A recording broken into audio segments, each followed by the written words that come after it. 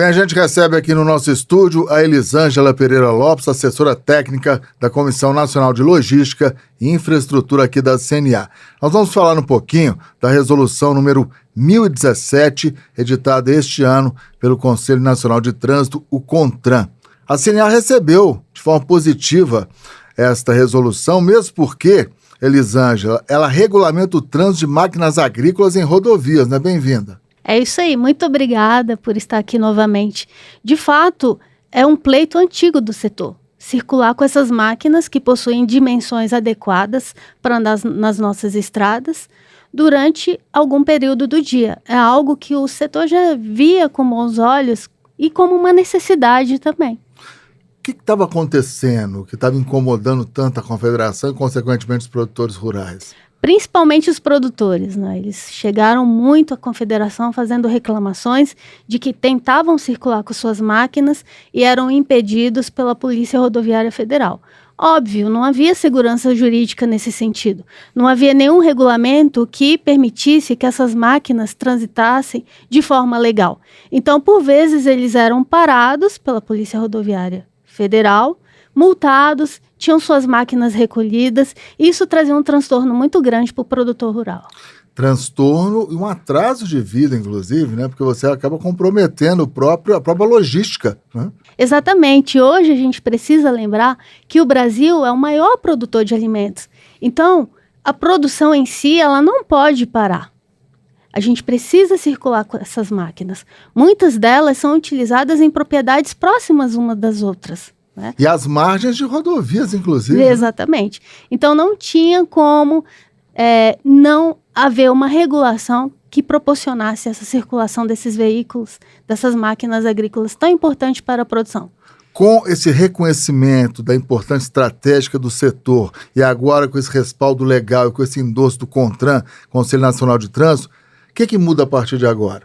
O que muda é que máquinas com até 3,20 metros de largura podem circular nas nossas estradas. Elas podem fazer isso durante o dia, até o pôr do sol. Então, enquanto houver sol, elas podem circular.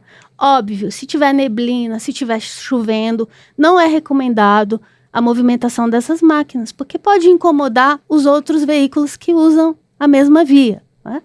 Elas também poderão circular por 40 quilômetros por dia, uma distância bastante interessante, e um pleito dos produtores. Eles pediram um aumento dessa quilometragem. A princípio, a resolução só previa 10 quilômetros, nós conseguimos quadruplicar essa quilometragem.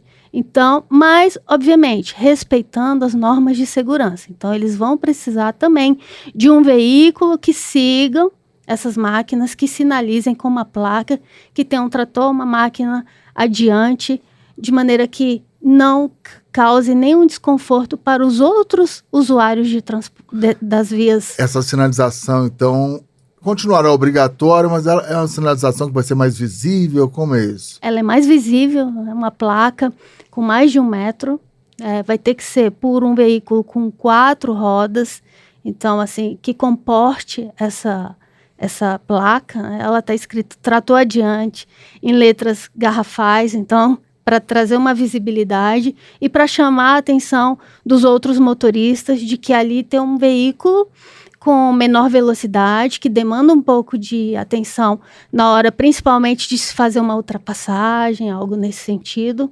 mas que respeite ali.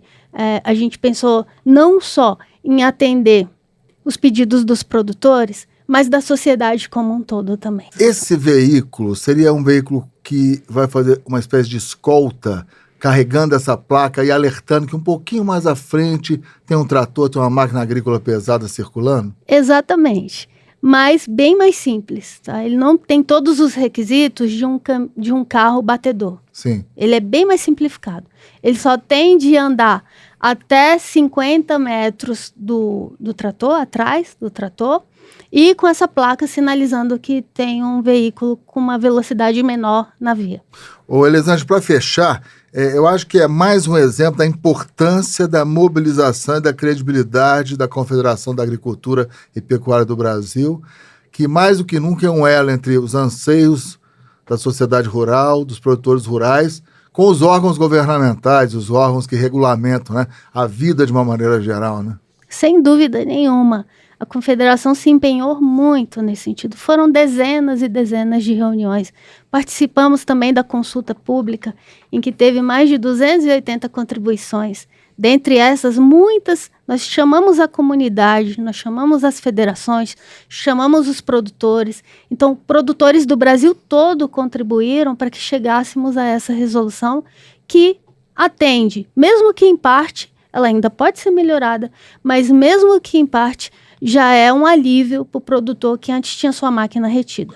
Nós conversamos com a Elisângela Pereira Lopes, assessora técnica da Comissão Nacional de Logística e Infraestrutura da CNA. Ela falou um pouquinho desta resolução, repito, número 1017 deste ano do CONTRAN, Conselho Nacional de Trânsito, que regulamenta o trânsito de máquinas agrícolas em rodovias, atendendo a uma antiga reivindicação do setor, como ela bem pontuou. Obrigado, Elisângela. Muito obrigada e estamos à disposição aí para voltar com outros assuntos.